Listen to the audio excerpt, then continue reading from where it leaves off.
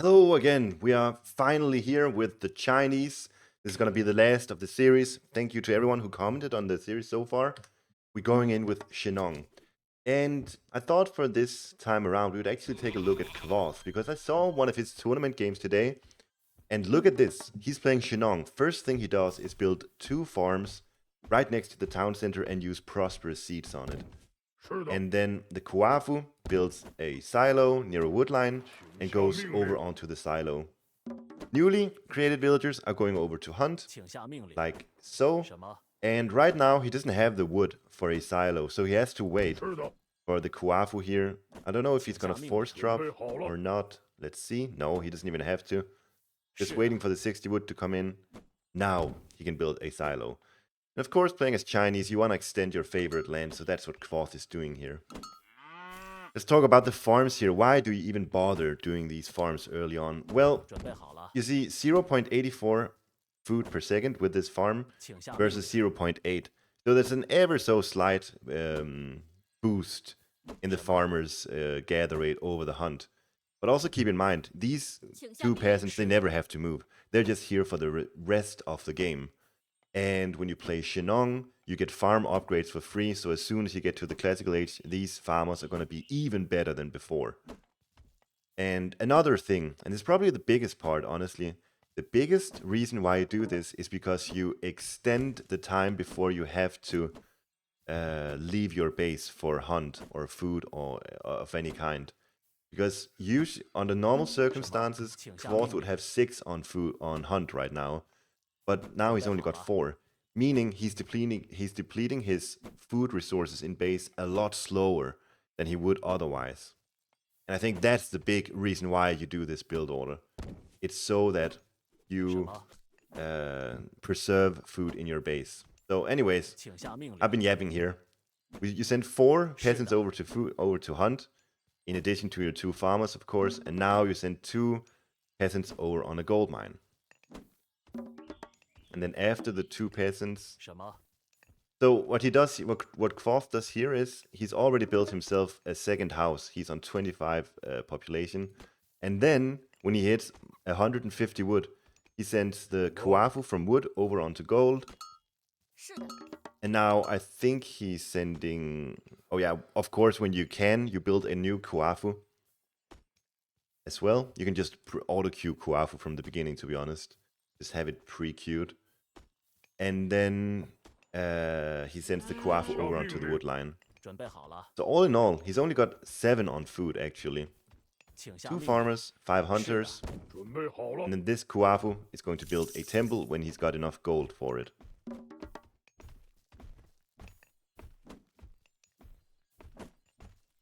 And you can see he's got more than enough food here, actually. More than enough. So he's just starting to send peasants over onto the wood line. And I imagine, you see he's already queued up Chiyu here. I imagine when he starts advancing, we're going to see Kvoth swapping peasants around.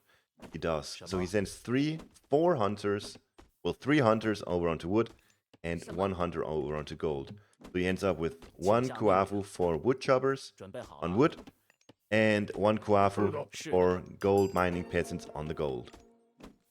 And then, of course, the 2 farmers still just farming their asses off, and only 1 hunter remaining right now, who's even going to be building a few walls.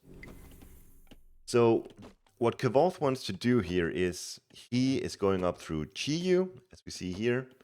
Let me just put that over on the right side. He is going up through Chiyu, so he wants to make the Yatze. These are the Yatze, these units. They've been buffed in this most recent patch, where they have a lot more extra HP than they had before.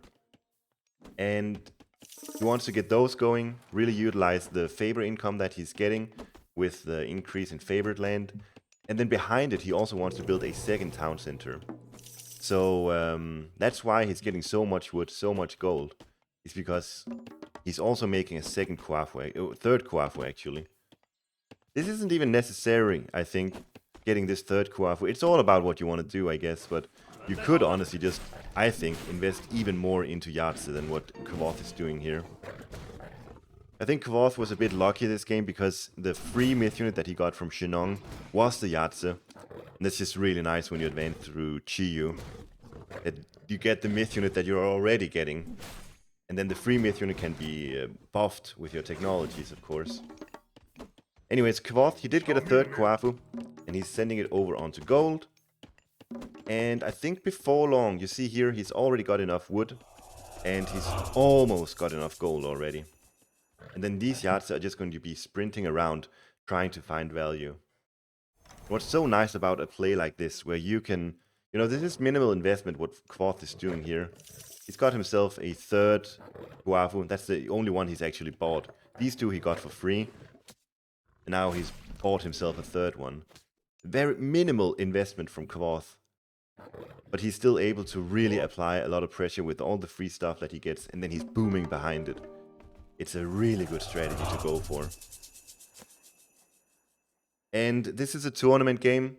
These two players know each other really well. So Kvoth, I think he expected Ulysses to not rush him. I think he expected Ulysses to go for a 2 TC boom, which is why Kvoth is playing like this. Playing in a tournament is always much different than queuing up for a ladder game. So the fact that Kronos isn't rushing the Shennong player here, don't think too much of it. Other than this is in large part due to it being a tournament game. And these two players know each other really well. There's a lot of mind games going on here. We see Son of Lung upgrade coming in now. Very important upgrade for the Yatze. It gives them plus, 15% hit points, but perhaps more importantly, they get even more damage on their little dash that they did there. You see the power of the Yatze here? When they just get to do these small skirmishes, where they can just take down a Promethean really quickly like this, they really shine. In an extended fight, with a big army around it, lots of heroes nearby, they are really poor. But when they're just roaming around like this, fighting small skirmishes, doing some nice raids here and there, this is where the Yatze are shining. We haven't touched... I don't know if I maybe been focusing too much on these Yatze. If so, I'm sorry. But eco-wise, it's like it's pretty self-explanatory what he's doing here, Kvoth. He's just keeping up food production. So he's got 8 hunters up here, 7 hunters there, and then these 2 farmers still here. Something else you can do with Shennong is you can build 2 more farms. Just use Prosperous Seeds again. It only costs 5 favor. I honestly think that's a good play. But yeah, that's the Shennong strategy. I really like this build order from Kvoth. I love the strategy, and I think it's fairly easy to replicate. And if you can micro your Yatze really well, like Kvoth can, you should be able to... I don't know if you can replicate what Kvoth is doing here, but you can do many of the same things that he's doing. Put pressure onto your opponent while booming, and then slowly gain territory. The purpose of this video is not to show off this game, so I'm gonna fast forward just so you guys can see what's happening.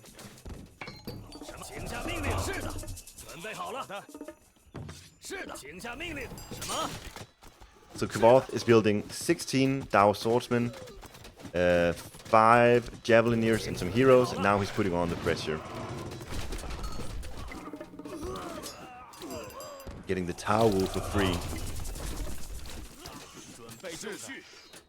And look, this is with the building buffs. And Kvoth is just diving this town center with 3 towers nearby. Like I said, this is not to showcase this game here, but I wanted to show this. He's getting Gilded Shields, Divine Judgment, Heavy Infantry, and even Copper Shields. So these things have 50% Pierce Armor now, and they even deal Divine damage. And so Kvoth is now ready to get this show started over here.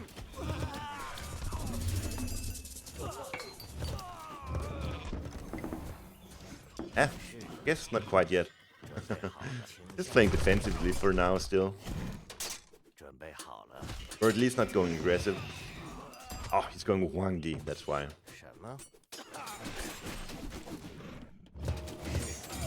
It's the Wang Di. And then you get all these amazing upgrades for your swordsman. So that's what Dwarf is doing. Light to Silk, Imperial Order, Guan Yuan's Bloodline. Hitting all three simultaneously. And this is the perfect spot you want to be in as Shennong. You want all the Rusho upgrades for your swordsman. You want all the Wang Di upgrades for your swordsman. And if everything else has been going well for you, that's how you win a game as Shennong. I think we're gonna see it here now. All you need to build is swordsman. If you've gotten to this stage. Implode cast here. Not even enough.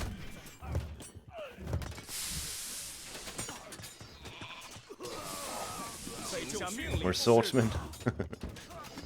And backing up with Javelineers is really nice. The Javelineers will take care of the Kyrobalses, the Fire Archers, the Chukunu, whatever it is. And then swordsmen can take care of the rest. So that's the Shennong build order. Hope you don't mind we did it like this. Just showcasing what you can do with Shennong like this. Okay, gonna showcase Nuwa build order here. And we're going to be utilizing a bit of a cheese strategy here. You don't have to do the cheese strategy, but I'm just doing this so you can see the potential there is with Nuwa. Build order, relatively simple. 2 peasants build a silo. Guafu builds a silo over here. And we just queue units over onto Hunt. This Kuafu is only going to get 50 gold, and then we're going to swap him over onto wood. Reason being, this upgrade costs only food. Usually you want to get even more gold so you can afford a second Kuafu, but you don't have to do that with Nuwa.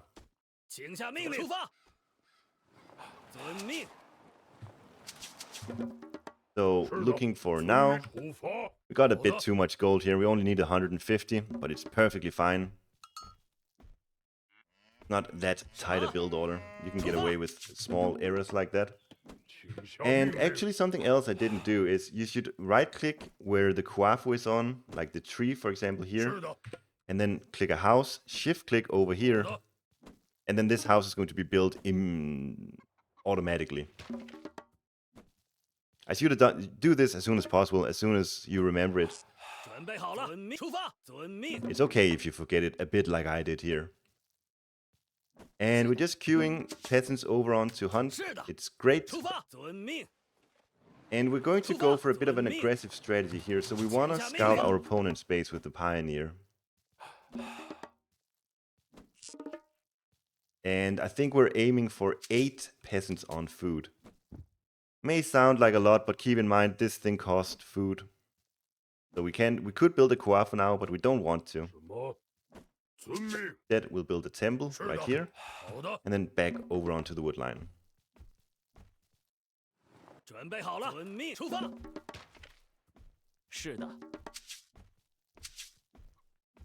then we get this upgrade now. I should say, getting your silos in the right spot where you extend your favorite land. You see, this one is extending favorite land, this one is extending, this one is extending. And the temple, for what it's worth, is also extending. It's quite important because it means that you'll get the favor necessary to get the Kuafu chieftain out now. So keep that in mind. Extend your favorite land with the silos, and then also try to remember to get the house down nice and early. If you can, do it a bit earlier than what I did as well. And also, if you can, it's perfectly fine to share a silo on the wood line and the gold mine when you can. We couldn't do it this game, but it's fine. So we're sending villagers to wood now. And this guy is going on some very aggressive scouting here. You want to get a really good outlook, a good view of what his base is looking like.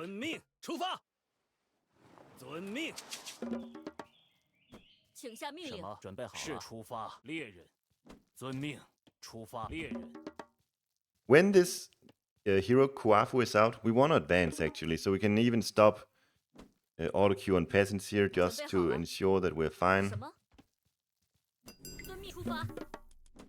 And then we go off through Ho too. 请下遵命。矿工，请下命令。出发。伐木工，什么？矿工是准备好了，出发。矿工。 We really want to get these pioneers in now. So 2 Kuafus on the wood line, as well as 3 peasants, and on the gold we'll have 4 peasants. These numbers aren't fixed. You can play around and see if there's any other way that you like doing it. Also, keep in mind this little trick. You can still do it. It doesn't have to be only an early arcade gauge. Even get 3 of these things down.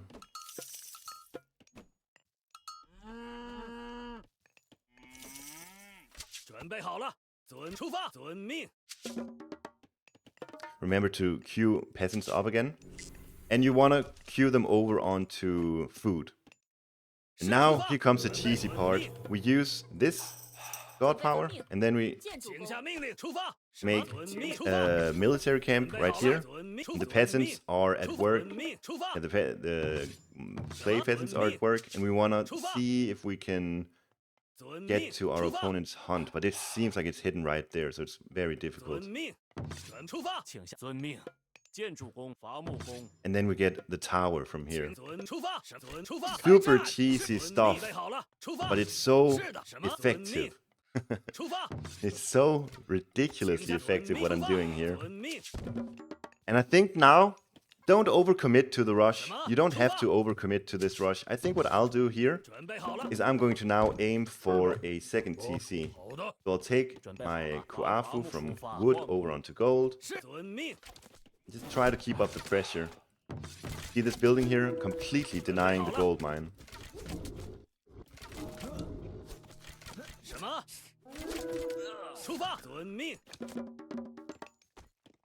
And we're waiting for 350 gold at this stage. You can go for a full rush here. You don't have to go for a 2 TC boom. You can build even more military barracks. You can even get towers on top of them.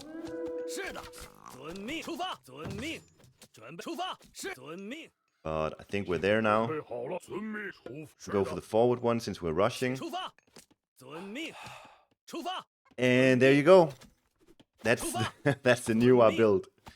I think this build is really, really, really good. You apply so much pressure with this building here. And by the way, I should also say the counter to this is villagers. They deal 2.5 extra damage versus towers. In this building, even though it's a military camp, it now counts as a tower.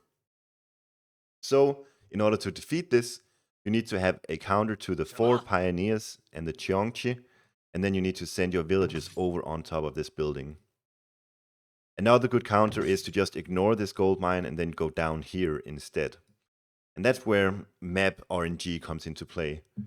So actually the best counter for Mr. Thebes here would be to just ignore this gold mine and go onto this one instead. Nevertheless, I think it's a great strategy. And if your opponent has a bad map for it, they can really get screwed by this. And even if they don't get immediately screwed, the investment that you make as Nuwa is quite minimal. And already now, we're 5-14 into the game, and we're already expanding onto our second TC. So it's not even an all-in strategy. But I really like it. Okay, going in with Fuxi. Finally, going in with Fuxi. This will be the latest build order you need on the new patch. So we're going to showcase an eco-heavy start here. Sending our first villagers to hunt, and the Kuafu to a straggler tree. This seems a bit weird, maybe, sending our Kuafu to a straggler tree, but the reason why we're doing it is because we want to get pickaxe as soon as possible. And in order to do that, we need 20 additional wood. So our 2 peasants are going to be building a silo for the wood, for the food. You're going to need that. And let's take it from there. Also, pluck down your tree somewhere like this to extend your favorite land. Plugging this thing down, you see it extends your favorite land like this, means you'll get more favor, and that means you'll get your second Kuafu out earlier.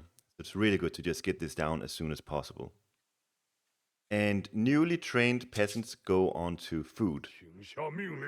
And when you have 20 wood, your Kuafu is going to go over here and build a silo for the gold mine. And try to build the silo in a location where there's a straggler tree nearby or a wood line. And you're going to see why very soon. So we'll build a silo right here, where we also extend our favorite land a bit. 遵命。准备好了。 See, we get pickaxe really, really early. And because we're Fuxi, this is researched near instantly. So now this guy is getting even more gold per second than he did before. And we're just queuing villagers over onto food. For gold, we're looking at 250. Wait, actually 300 is what we're looking for. Excuse me. Usually you'd be looking at 250 if you're just doing a standard build order. But this is an economic heavy build order. So we want early pickaxe, early hand axe. And as you can see here, hand axe cost 50 gold. And that's why we're not going for 250 gold. We're going for 300 instead. 请下命令，遵 The 命。 build order, there's a bit of things you have to do early on in the game, but other than that, not too difficult. 准备好了，什么？ 请下命令。 Okay, we'll be taking a good look at our Kuafu here.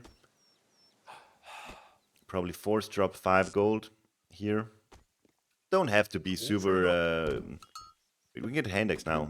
We should have got hand axe as soon as possible without sacrificing peasant TC time for it. We got it here, that's fine. And when you can, you get a Kuafu as well. You can probably just auto-queue this guy actually. 什么？好的。 So when you have 50 wood with this guy, you build a house. 准备好了，遵命，出发。 Make sure to extend your favorite land as always. 准备好了，出发。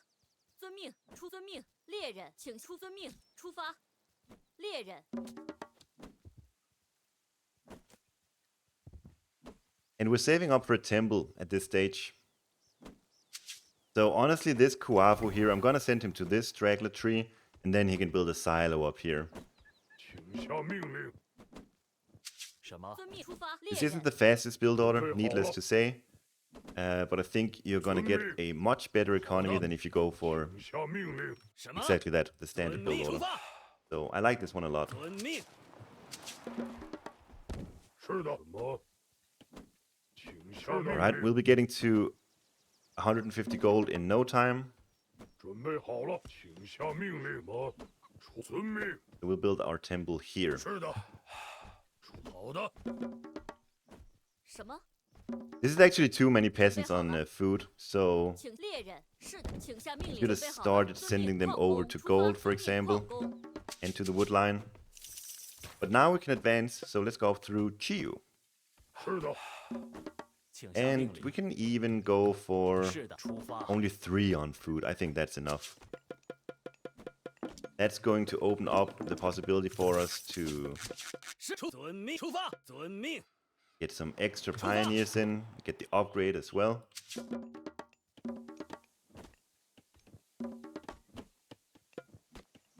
什么？遵命。 So you don't want to go for ultra early aggression here. The pioneers I'm producing, honestly, it's just for picking up relics. 请下命，遵出发。 Bit unlucky scouting here, haven't found any relics so far, but I'll find some, I'm 什 sure. 么出发。矿工，请下命令。是的。遵 When you 命 build houses, you don't 是 always 的 have to extend your favorite land. Sometimes it's just nice to plug them down nice and fast. This is what I'm doing there. 什么？ There's a relic. 遵命。出发。准备好了，遵命，出发。 Okay, so now we are in Classical Age. Getting a 3rd Kuafu now. 遵命，出发。遵命。 And you know, with Fuxi, there's so many strategies available to you that you can do. So what you can do from here on out is you can get enough gold for a town center, then you can grab that for a 2 TC play. Another thing that's really nice with Fuxi is if you get this building here. 好的。是的。 Once again, you don't have to extend your favorite land. Like, it's too much walking time for this guy if I have to move all the way over here.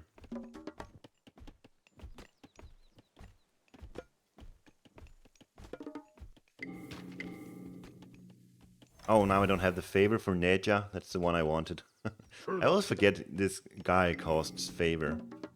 But yeah, what I'm doing here basically is a big 1 TC boom.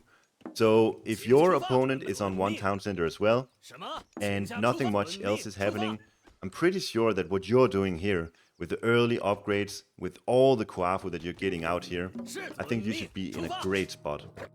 And then what you do from here on out, obviously it's up to you. Getting the Neja now, you can survive a lot with this. 出发！ Sometimes you just want to mass a classical age army, other times you want to go straight mythic, straight heroic, who knows. But you're in a great spot here. I really like this build order. I don't see many other people using it, but definitely go and try it out when you're playing Fuxi.